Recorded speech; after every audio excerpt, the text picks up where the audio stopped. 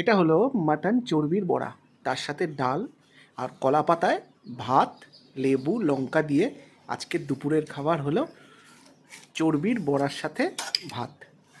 তো দেখতেই পাচ্ছ চর্বির বড়াগুলো মাটনের চর্বিগুলোর সাথে ভালো করে একটা ব্যাটার বানিয়ে তার মধ্যে পেঁয়াজ, আদা, রসুন বাটা, লঙ্কা, বিভিন্ন মশলা দিয়ে এই বড়াটা তৈরি করা হয়েছে।